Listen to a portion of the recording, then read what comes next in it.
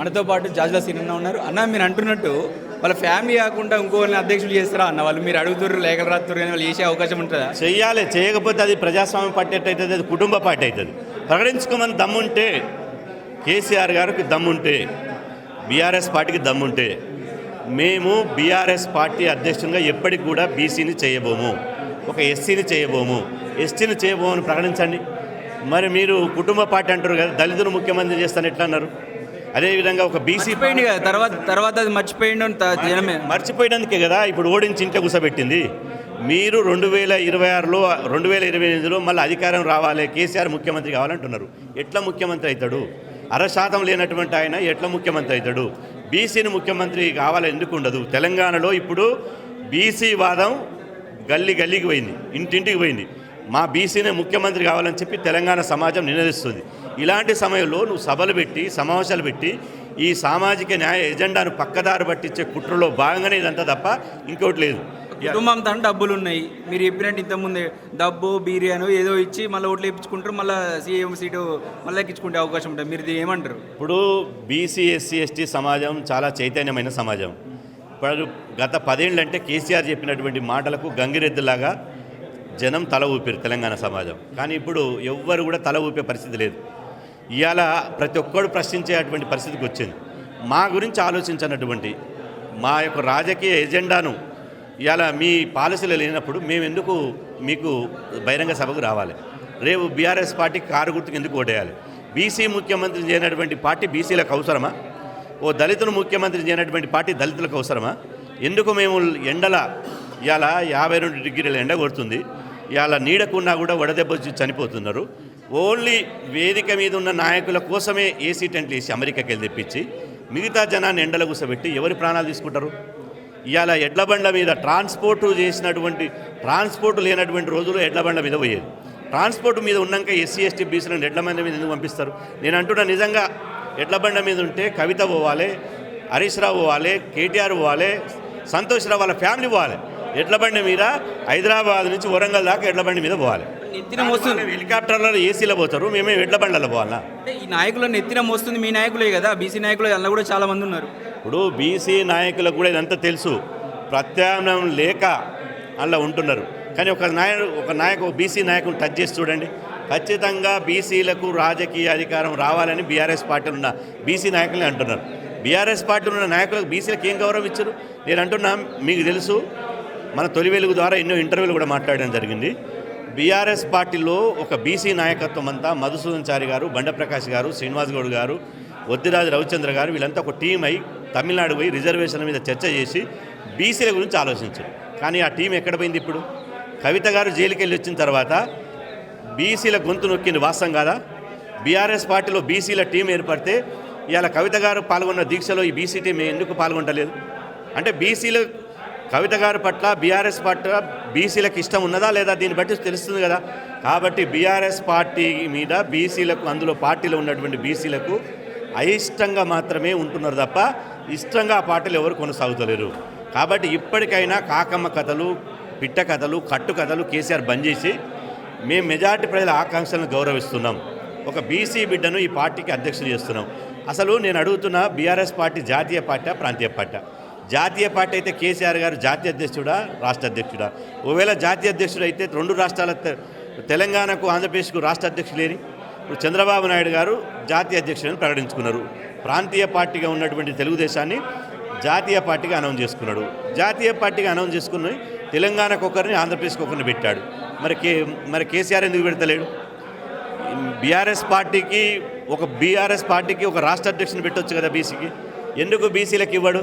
కాబట్టి సామాజిక న్యాయం అనేది వారే చెప్పాడు, మా పార్టీ రాజ్యాంగంలోనే సామాజిక న్యాయం అనేది రాసుకున్నాము అన్నాడు. ఈ సామాజిక న్యాయం అమలు చేయాలనే ఇవాళ బహిరంగ లేఖ రాసినాం. మేము కొత్తగా ఏం అడుగుతలేము, మేము ఏ పార్టీకి సంబంధించిన వాళ్ళం కాదు, మాకు ఏ పార్టీలో మెంబర్షిప్ లేదు. ఇవాళ 27 తారీఖు నాడు లక్షల మందితో బహిరంగ సభ పెడుతున్న మీరు అందులో రాజకీయ పాలసీ, బీసీ రాజకీయ పాలసీ ఎందుకు ప్రకటించరు? మీ కీలకమైన పదవులకి మాకు పార్టీ ఉపాధ్యక్షులు, అదేవిధంగా సెక్రటరీలు, చిన్న పదవులు ఇచ్చి మమ్మల్ని మస్కరించి పెద్ద పదవులే మీ దగ్గర పెట్టుకుంటారా? ఎన్ని రోజులు ఇంకా మీ ఆటలు సాగవు? తెలంగాణ వచ్చింది, అయిపోయింది. ఇప్పుడైనా నిజాయితీతోటి సామాజిక న్యాయం అమలు చేస్తేనే తెలంగాణలో బతికి బట్ట కడతారు. లేకపోతే బీఆర్ఎస్ పార్టీకి సామాజిక న్యాయం బొంద పెడితే శంకరగిరి మాన్యాలు తప్పవు. అంటే మీరు అంటూ ఉన్నారు గతంలో కూడా నెంబర్ 2గా ఉన్నటువంటి ఈటెల రాజేందర్ని తీసి పక్క పడేసారు. మీరు అలాంటి పార్టీలో మీరు ఆశలు పెట్టుకోవడం కూడా కరెక్ట్ కాదేమో అని అంటున్నారు. అంటే మొదటి నుంచి బీఆర్ఎస్ పార్టీకి బడుగులను అవమానించడం అలవాటుగా నేర్చుకుంది. బీఆర్ఎస్ పార్టీ ఈటల రాజేందర్ అన్న గారు వారు ఏమన్నారు, ఈ పార్టీకి మేము కూడా ఓనర్లమే అన్నాడు. ఓనర్లం అంటే వారి మంత్రి పదవిని బర్తరఫ్ చేసి అవమానకరమైన రీతిలో ఆయన బర్తరఫ్ చేసి ఆయనని మీ పార్టీల నుంచి ఎలగొట్టారు. ఒక దళిత బిడ్డ మాదిగ బిడ్డ రాజయ్య గారిని ఇవాళ ఏమి లేకున్నా కూడా అవమానకరమైన రీతిలో ఆయన బర్తరఫ్ చేసి ఎలగొట్టారు. అదేవిధంగా ఓ దేశన చినమల్లయ్య చనిపోతే కనీసం చివరి 4 సార్లు 5 సార్లు ఎమ్మెల్యే చివరి చూపు కూడా రాలే. ఒక కొండ లక్ష్మణ్ బాబు చనిపోతే చివరి చూపు కూడా రాలే. ఒక గూడ అంజన్న చనిపోతే చివరి చూపు కూడా రాలే. గద్దరన్న 6 గంటల సేపు కూర్చున్న 5 నిమిషాలు అపాయింట్మెంట్ ఇవ్వలే. ఒక గూడ అంజన్న చనిపోతే రాలే.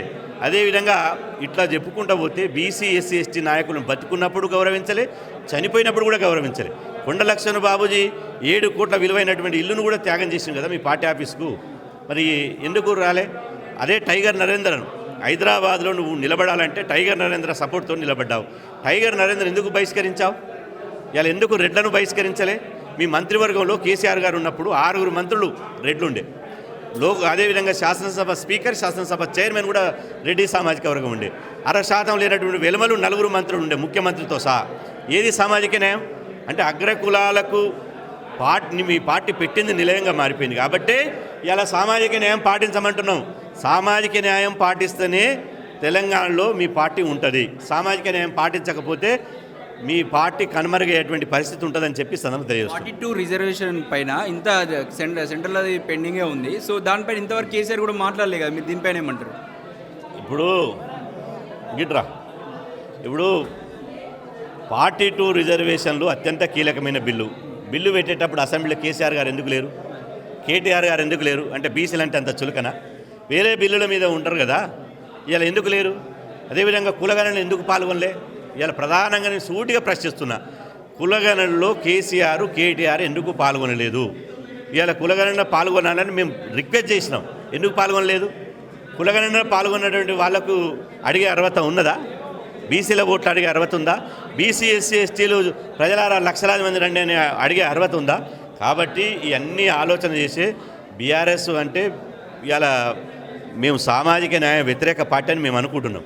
వ్యతిరేక పార్టీ కాదు, మేము బీసీకే పార్టీ అధ్యక్ష పదవి ఇస్తాం. రేపు భవిష్యత్తులో బీసీనో ఎస్సీనో ఎస్టీనో ముఖ్యమంత్రి చేస్తామని రేపు జరిగేటువంటి వరంగల్ సభలో ప్రకటించండి, అప్పుడు నమ్ముతారు తప్ప. లేకపోతే కేసీఆర్ ఏమనుకుంటుండే మళ్ళీ మోసపోవడానికి రెడీగా ఉన్నారా? ఆల్రెడీ ఒకసారి చెప్పిండు, ఒక కథం అయిపోయింది, మళ్ళీ మోసపోతారా? మళ్ళీ చెప్తే అంటే సామాజిక న్యాయం ఇప్పటికైనా మీకు ఉన్నదా లేదా అనేది చూస్తున్నాం.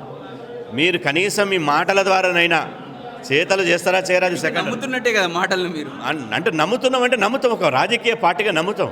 ఇప్పుడు ఈ రోజు కాకపోతే ఇంకో రోజు దళితులు ముఖ్యమంత్రి చేయకపోతే 10 సంవత్సరాలు దళిత సమాజం అంతా కేసీఆర్ని ఎక్కడ తిరగనీయలే.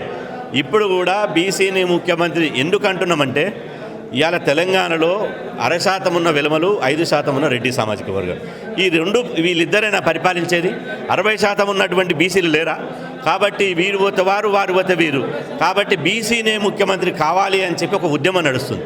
రాష్ట్రం అంతా అట్టుడికిపోతుంది. బీసీ యువతంతా మా వాటా మాకు కావాలి, మా పాలన మాకు కావాలంటుంది. కాబట్టి దీన్ని కనుమరుగు చేయడానికి, ఈ వాదాన్ని బలహీనం చేయడానికి కేసీఆర్ ఇట్లాంటి చిల్లర ఎత్తుగడలు వేస్తున్నాడు. ఈ ఎత్తుగడలను తిప్పికొట్టడానికి మేము సిద్ధంగా ఉన్నాం.